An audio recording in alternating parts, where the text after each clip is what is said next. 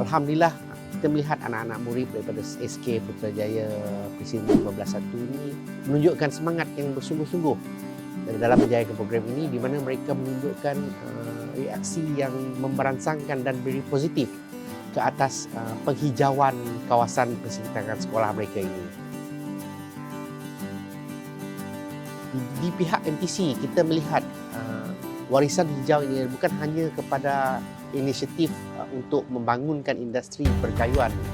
sebagai kita punya core business, tapi kita melihat dapat memberi manfaat kepada komuniti setempat, terutama kepada pelajar-pelajar sekolah di sini,